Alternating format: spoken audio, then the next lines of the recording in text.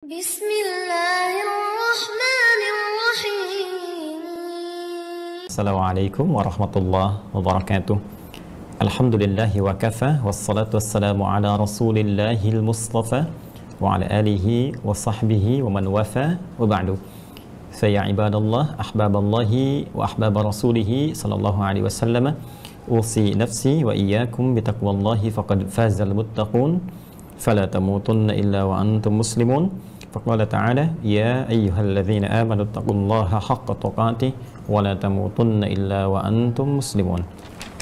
Saudara-saudariku, semoga Allah Subhanahu wa taala senantiasa menyayangi kita, merahmati dan memberikan taufik pada jalan kehidupan kita. Semoga seluruh ibadah kita sampai dengan detik ini diterima oleh Allah Subhanahu wa taala sebagai ibadah yang diikhlaskan hanya kepadanya. Pun demikian, seperti biasa, mengawali jumpa kita di kajian Aqsa Al-Quran Sunnah Solution di malam Jumat kali ini dengan bermohon pada Allah Subhanahu wa taala, semoga siapapun yang belum bersyahadat berislam sampai dengan detik ini dikuatkan hatinya, jiwanya oleh Allah Subhanahu wa taala untuk menerima hidayah cahaya Islam sehingga mampu bersyahadat dan bisa mendekat kepada Allah sebelum ia wafat dan kembali untuk dihisab. Dan sekali lagi, semoga siapapun yang tengah mengalami kesulitan sampai dengan saat ini diringankan oleh Allah, yang sakit disembuhkan, dan tentunya mendapatkan ridha Allah Subhanahu wa taala.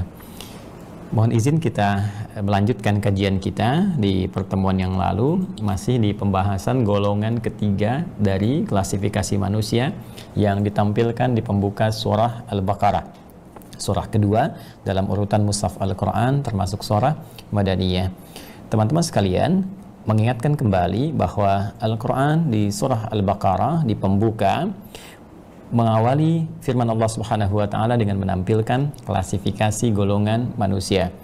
Dari ayat pertama sampai dengan ayat kelima menunjuk secara langsung tentang golongan yang terbaik di sisi Allah Subhanahu wa taala, begitu dimuliakan sampai-sampai Allah mendawamkan hidayahnya kepada golongan ini sekaligus menjamin kebahagiaan, kesuksesan hidup dimanapun ia berpijak di dunia sampai ia kembali kepada Allah Subhanahu wa taala.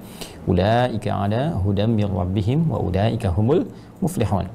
Mereka itulah golongan orang-orang bertakwa, golongan orang-orang yang mampu menguatkan imannya dengan memperbanyak amal saleh, baik itu salatnya, wa yuqimunas shalah, pun demikian dengan infaknya, wa mimma razaqnahum yunfiqun, interaksinya dengan Al-Quran sebagai wahyu pamungkas teristimewa yang disampaikan kepada Rasulullah sallallahu alaihi wasallam, walladzina yu'minuna bima unzila ilaik, ya.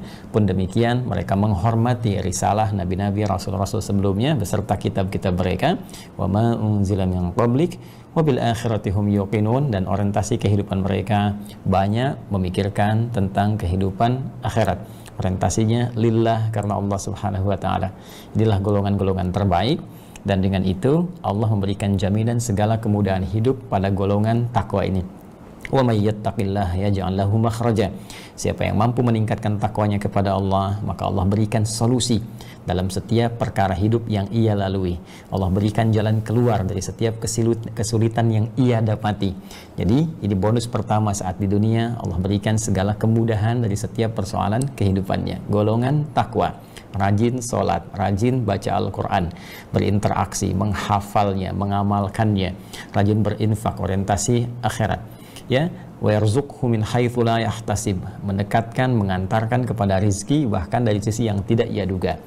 Wattaqullah wa yu'allimukumullah, tingkatkan takwamu kepada Allah, Allah akan berkenan mengajarkan kepadamu tambahan pengetahuan.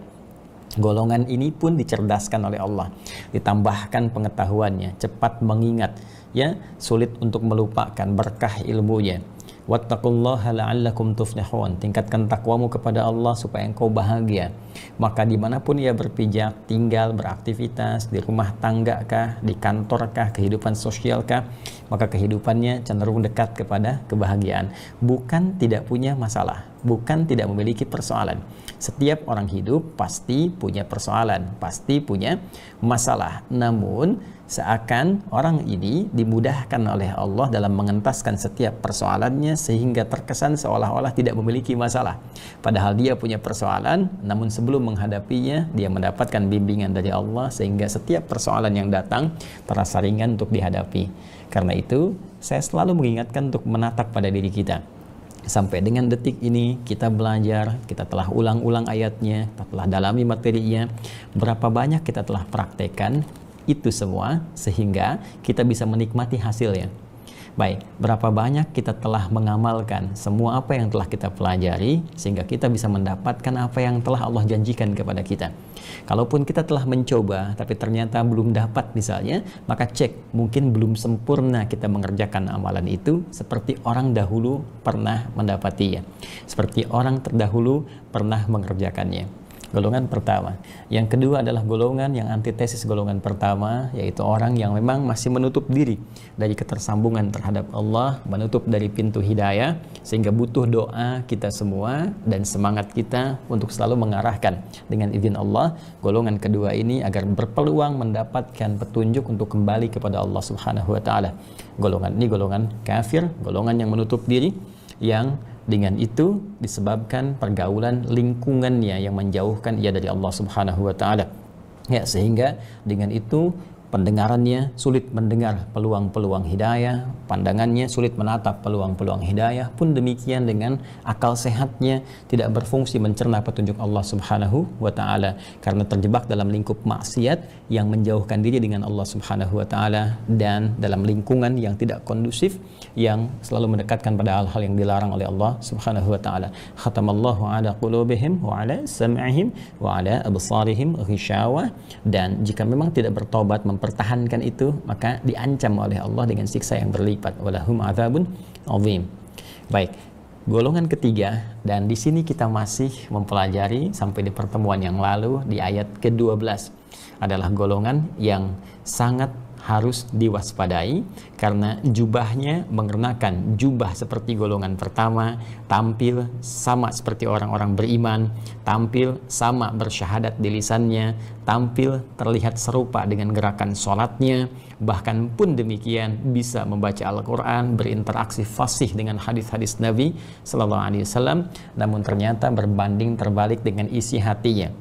Ya, tidak sama dengan orientasinya, tidak sama feedbacknya antara apa yang diucapkan dengan apa yang tersemai di jiwanya, sehingga perilakunya pun jauh bertentangan dengan apa yang diungkapkan lewat lisannya. Mengaku beriman tapi perilakunya jauh dari nilai-nilai iman, mengaku muslim tapi perilakunya jauh dari nilai-nilai keislaman, bahkan bisa mungkin disebutkan oleh Al-Quran tegas, bahkan bukan sekedar isyarat tapi langsung dengan kalimat yang tegas. Sikapnya boleh jadi bahkan menyoal nilai-nilai keislaman, bahkan orang Islam itu sendiri. Bagaimana berinteraksi dengan kalangan ketiga ini yang disebut oleh Al-Quran langsung dengan golongan munafik, jamaknya munafiqun, bahkan nanti ada satu surah tersendiri, surah ke-63 kalau kita sudah sampai ya ke bahasannya, insya Allah spesifik disebut dengan namanya. Ciri-cirinya akan diungkap kemudian di pembuka surah Al-Baqarah pada golongan ketiga dari ayat 8 sampai dengan ayat ke-20. Kita telah sampai di ayat ke-12 dan insya Allah malam ini akan kita coba teruskan ke ayat yang ke-13. Sebelum kita sampai pada ayat yang ke-13, saya ingin mengingatkan satu hal yang sangat penting, bahwa di pembahasan kita yang lalu, pembuka sifat nifaq yang dimanfaatkan oleh setan yang menyebabkan seorang hamba menjadi munafik. Ingat, munafik itu orangnya, sifatnya, penyakitnya disebut dengan nifaq. Pembukanya adalah pintu maksiyah, babul maksiyah. Jadi ketika seseorang dekat kepada maksiat, maka itu pintu pertama yang digunakan oleh setan untuk menanamkan sifat nifaq di dalam jiwa insan-insan khususnya yang beriman. Ingat itu, ya, karena penyakit nifak ini disematkannya bukan di fisik terluar kita, tapi ditanamkan oleh setan, dicoba untuk diaktifkan dalam jiwa terdalam kita, ya, di kolbu. Sasarannya nafas, lebih dalam lagi fujurnya, nafsunya. Seperti pernah saya ungkapkan, dalam jiwa di nafas kita ada sifat baik takwa namanya, ada lawannya fujur, itu nama lainnya nafsu, kan?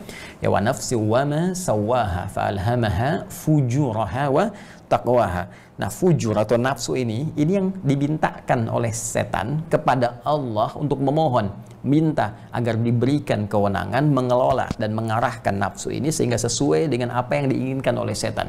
Ya, baik. Maka dia meminta dan diabadikan permintaan ini di Quran surah keempat An-Nisa di ayat ke-118, ya. La'anahullah, ya, setan dilaknat oleh Allah Subhanahu wa taala, wa qala la attakhidanna min ibadika nasiban mafruḍa. Dia berkata, aku akan mengambil bagian, ya, berikan kesempatan padaku untuk mengambil bagian tertentu dari jiwa manusia untuk diberikan waswas, digoda. Apa yang dia kemudian tegaskan? Wala udhillannahum wala umanniyannahum, ya. Aku akan sesatkan dari situ, ya, dari sumbernya itu nafsunya, fujurnya, aku akan sesatkan anak cucu Adam itu, dan aku akan tanamkan angan-angan, khayalan-khayalan. Karena itu setiap orang hidup, hati-hati, pasti ada fase dalam hidupnya pernah menghayal, ya kan? Anda pun pasti yang melihat terhubung dengan tayangan ini pernah satu saat kan, ya, bukan hanya masuk kamar mandi, tiba-tiba baru bangun tidur sudah menghayal. Nah, ini pun sedang tersambung taklim begini, tiba-tiba ada khayalan yang menjauhkan kita dari Allah, itu setan. Ya, nah itu nanti ditegaskan kembali di Quran surah ke-12 Yusuf ayat ke-53. Wa ma ubarri'u nafsi innan nafsa la'ammaratun bisu illa ma rahima rabbi. Kan? Aku tidak bisa menjadikan diriku suci, kata Nabi Yusuf alaihissalam. Jangan menilai manusia itu sebagai pribadi yang suci karena ada nafsu yang dimanfaatkan oleh setan. Innan nafsa la'ammaratun bisu. Sungguh nafsu itu akan selalu, ya, dimanage oleh setan untuk mengarahkan pada keburukan. Tapi dengan kasih Allah, setan tidak dibiarkan berperan begitu saja. Ya, dia hanya diberikan wewenang mengajak, tidak memaksa. Ingat, dia tidak punya kekuatan. Setan tidak punya kekuatan untuk memaksa, hanya menggoda. Makanya kita berkata, ya Allah, aku mohon perlindungan dari godaan setan, bukan paksaan setan. Ingat. Ya, karena itu sebetulnya setan tidak punya kuasa akan kita. Karena itu sangat aneh kalau ada orang tunduk pada setan. Itu aneh, ajaib. Ya, setan itu bisa kita kendalikan, bisa kita tepikan. Ya, apa syaratnya? Illa ma rahima rabbi. Sepanjang kita dekat dengan Allah Subhanahu wa taala sehingga rahmat Allah diturunkan pada kita. Nah, untuk menguatkan rahmat Allah ini kita memerlukan jiwa takwa sebagai lawan dari fujur tadi. Fa alhamaha fujuraha wa taqwaha. Takwa ini yang harus dibangkitkan, sinyalnya dikuatkan. Qad aflaha man zakkaha. Kalau ini benar bisa disucikan, takwanya naik, bagus naik, itu tunduk sendiri. Ya, setan tidak punya kuasa, nggak punya kuasa bagi orang-orang yang beriman, yang imannya benar, real, sejati, ya, dekat dengan Allah Subhanahu wa taala. Jadi bagaimana menguatkan takwa ini? Tiada lain kecuali dengan amal soleh. Masih ingat rumusnya? Iman berbanding lurus dengan amal soleh, berbanding lurus dengan takwa. A sama dengan B sama dengan C. Maka A bisa sama dengan C, B bisa sama dengan C. Ya kan? A iman, B amal soleh, C takwa. Kalau kita ingin kuatkan iman, maka kita kuatkan dengan amal soleh. Dengan menguatkan amal soleh, takwa ini menguat. C sama dengan B. Kalau ingin menguatkan takwa, maka tingkatkan amal soleh. Karena itu, dalam Al-Quran, itu selalu disandingkan antara iman, amal soleh, takwa. Ya kan? Dzalikal kitabu la raiba fi hudal lil muttaqin, taqwa alladzina yu'minuna bil ghaib, iman, wa yuqimunas shalah, amal saleh, wa mimma razaqnahum yunfiqun. Maka kalau ingin takwanya menguat, salatnya naikkan. Ya kan? Bukan hanya level yang standar, yang fardu, sunnahnya tingkatkan, tahajud bangun, duhanya, gitu kan? Syuruknya dan seterusnya. Ya, puasa itu silahkan dibuka dengan kalimat iman kan? Al-Baqarah 183. Ya ayyuhalladzina amanu, iman, kutiba alaikumusiyam, amal saleh, kama kutiba alal ladzina min qablikum. Ujungnya la'allakum tattaqun, takwa, ya.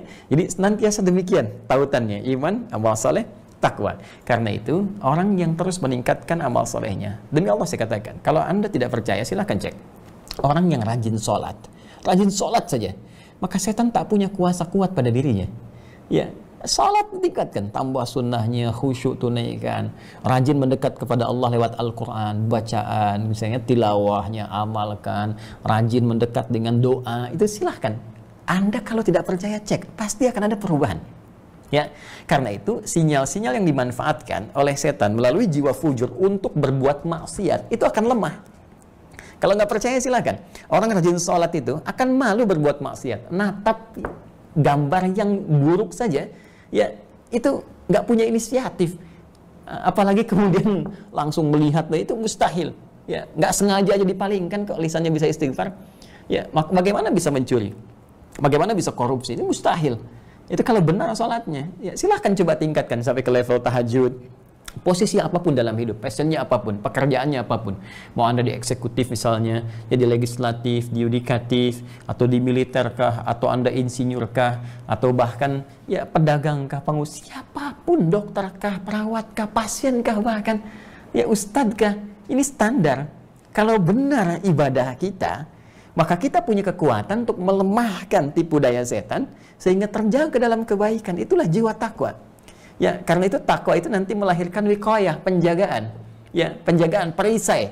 Ya, itu perisai kita. Jadi takwa itu kalau diurut lagi nanti, jadi sorofnya dari ilatnya, nanti takwa dari waqwa seakar dengan wiqayah nanti penjaga. Ya, makanya Nabi mengatakan di antara faidah saum yang melahirkan takwa itu punya perisai. Asyamu junnatun. Ya, orang rajin puasa itu akan punya perisai. Perisai itu nggak nampak ya. Jadi ada perisai yang tampak seperti dalam medan pertempuran ada perisai atau anti peluru yang dipakai itu perisai. Ada yang tak nampak ya, tidak kasat mata, itu junnah namanya, dari jim dengan nun. Ya, setiap ada lafaz dibuka dengan jim dengan nun itu tidak nampak. Jin ya, jim dengan nun tak nampak. Janin ya, janin tak nampak dalam pandangan kita kasat mata. Jannah, surga belum nampak dalam pandangan kita. Junnah, jannah, junnah, jinnah, minal jinnati wan nas. Ya, jannah, surga. Baik, wabashshiril ladzina amanu wa 'amilus shalihati anna lahum jannatin tajri min tahtihal anhar. Junnatun itu perisai yang tak nampak. Jadi kalau kita meningkatkan takwa, punya perisai, tangannya ada perisai. Jadi nggak bisa sembarangan nulis yang jelek. Ya, sembarangan bikin status, bikin hoax ya.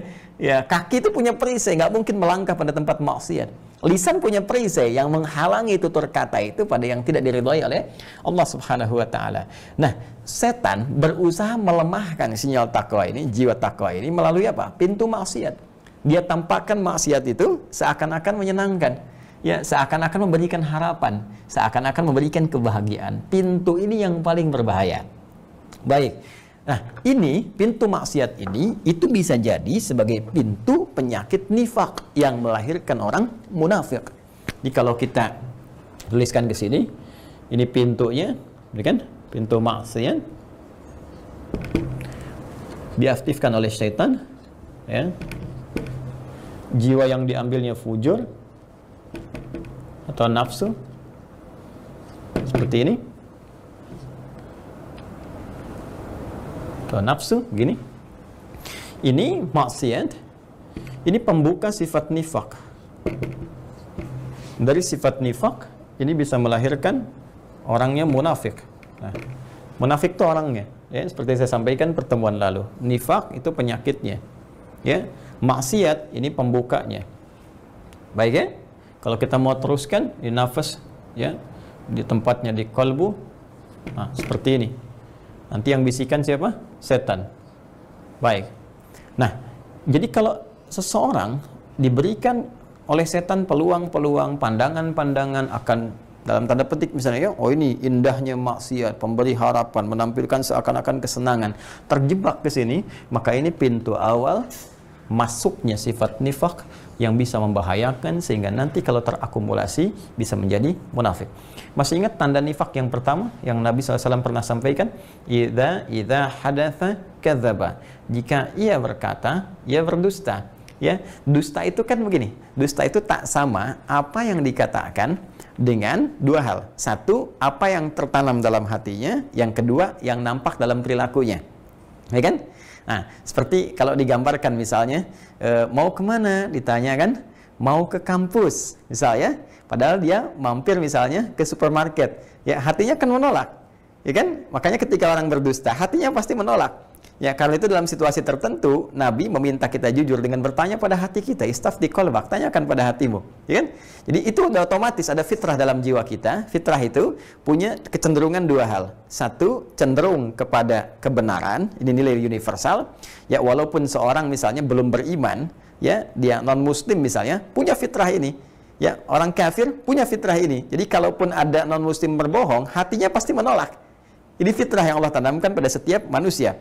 Yang kedua, kecenderungan untuk beragama. Ya, kecenderungan untuk berdin. Makanya setiap manusia mencari ketenangan supaya rohnya mendapatkan bagian dari apa yang harusnya ia dapatkan. Ya, dari 3 komponen manusia, akal bagiannya, makanannya, ya, itu mendapatkan pengetahuan, fisik mendapatkan makanan fisikal, makanan minuman, roh itu mendapatkan makanannya, suplemennya lewat ibadah. Ibadah itu konteksnya beragama. Karena itu fitrah manusia cenderung pada kebenaran dan cenderung untuk beragama. Itu poinnya. Nah, sekarang apa kaitan dengan setan? Setan mengaktifkan sinyal fujur dalam diri manusia dengan memberikan gambaran maksiat sebagai pembuka pintu nifak. Ketika seseorang misalnya, kata Nabi tadi, idza hadatsa kadzaba, ketika dia berdusta, bicara dia berdusta, maka yang tampak 2 cirinya. 1, hatinya menolak. Yang kedua, perilakunya pun akan berbeda. Ya, nggak sama apa yang tersimpan di hati dengan perilakunya. Alih-alih dia jalan ke kampus, ternyata belok dia, mampirnya kemana? Ke supermarket, yang tadi saya contohkan. Nah, ini yang berbahaya. Kita ambil contoh 1 misalnya. Ya, maksiat ritual. Maksiat ubudiyah, misalnya fima yata'allaq bi ubudiyatina lillahi jalla wa ala. Hal yang terkait dengan ibadah kita kepada Allah Subhanahu wa taala. Allah perintahkan kita salat. Ya. Wa aqimus shalah, Al-Baqarah ayat ke-43. Tunaikan oleh kalian salat. Kita ketika mengatakan beriman kepada Allah, bukankah di lisan mengucapkan asyhadu alla ilaha illallah wa asyhadu anna Muhammadar Rasulullah. Aku bersaksi bahwa tidak ada Tuhan yang layak untuk dipertuhankan dan disembah. Ingat ya, kalimat Allah itu memiliki 2 konsekuensi. Ya.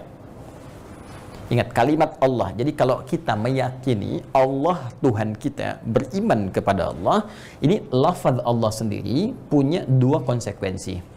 Ya, 1 memiliki sifat uluhiyah, satu-satunya yang dipertuhankan, yang esa. Jadi kalau kita mengatakan misalnya Allah Tuhan saya, berarti kita menetapkan hanya Allah saja yang Tuhan, yang lain tidak. Karena itu syahadat kita mengatakan la ilaha illallah. La-nya untuk menafikan, illa-nya untuk menetapkan. La ilaha illallah. Kan? Ini. Baik, jadi kalau ada seorang sudah bersyahadat, dia tidak boleh ya mengakui misalnya atau bahkan mencari atau menetapkan Tuhan di luar Allah Subhanahu wa taala, karena tidak ada Tuhan selain Allah. Hanya ditetapkan Allah saja, yang lain bukan Tuhan. Hanya Allah Khaliq, yang lain bukan. Yang kedua, untuk membuktikan ketuhanan Allah dan pengakuan kita terhadap ketuhanan Allah, kan butuh bukti. Maka buktinya adalah dengan menyembah Allah. Maka lafaz Allah ini mengandung konsekuensi yang kedua adalah komitmen kita untuk menyembahnya. Al-ma'budu al-haq. Ya. Al-ma'bud al-haq. Ya, satu-satunya yang layak untuk disembah. 2 hal ini nanti terangkum penegasannya dalam firman Allah langsung yang tegas disampaikan. Saya pernah mengatakan berulang kali bahwa kalimat ini hanya tercantum dalam Al-Quran. Ya, karena Al-Quran firman Allah, maka di dalamnya ada sifat-sifat ketuhanan, ada fitrah-fitrah ketuhanan. Ya, karena sifatnya hanya terkait dengan Tuhan saja, maka hanya Tuhan yang mampu secara tegas mengatakannya. Manusia tidak punya sifat ketuhanan, tidak punya fitrah ketuhanan. Karena itu mustahil ada manusia mengatakannya. Jadi kalau cuma di Quran yang mengatakan itu, maka benar Quran itu firman Allah. Ditemukan di Quran surah ke-20 ayat ke-14. Ya, ketika Allah berfirman bahkan kepada Nabi Musa alaihissalam, diabadikan lewat Al-Quran yang diwahyukan pada Nabi Muhammad sallallahu alaihi wasallam. Perhatikan kalimatnya. Innani anallahu. Ya, sungguh hanya sayalah Allah. Sungguh sayalah benar-benar Allah. Ya, la ilaha illa ana. La ilaha. Ya, illa ana. Tidak ada Tuhan yang dipertuhankan selain saya, kata Allah. Ya. Kemudian fa'budni, al-ma'budu bil haq. Sembah saya. Ya. Jelas ya? Jadi ketika kita menetapkan Allah Tuhan, bukan sekedar kita komitmen menjadikan Allah satu-satunya Tuhan, tapi kita pun berkomitmen akan menyembahnya. Lalu kita bertanya, bagaimana cara menyembahmu ya Allah? Teruskan ayatnya. Wa aqimis shalah, tunaikan salat. Maka diperintahkanlah untuk menunaikan salat dari sejak Nabi pertama yang bertugas, Rasul pertama sampai ke Nabi Muhammad SAW menerima perintah salat. Semua Nabi Rasul salat. Ya, Nabi Musa salat, Quran surah ke-20 ayat 14. Nabi Isa salat, Yesus salat. Ya, Quran surah ke-19 ayat 31 sampai 33-nya.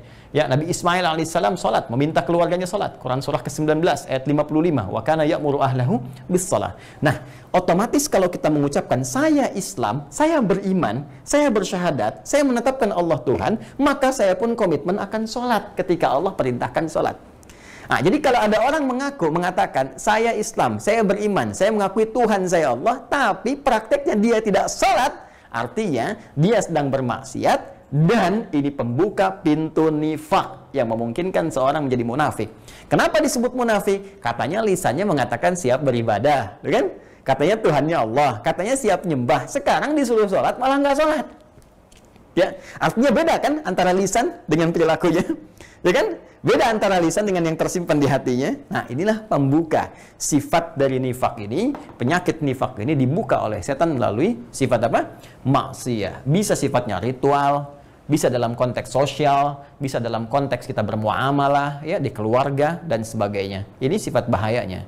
Karena itu, semakin banyak seseorang berbuat maksiat, maka semakin terkumpul kemudian penyakit ini menjadi kronis dan mengarahkan pada keburukan. Keburukan itu yang disebut dengan fasad. Karena itu di Quran surah kedua Baqarah ayat yang ke-11 disebutkan wa idza qila lahum la tufsidu fil ard.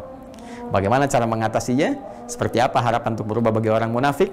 Kita akan lanjutkan setelah menunaikan salat Isya berjamaah. Adzan sudah berkumandang. Allahu akbar, Allahu akbar.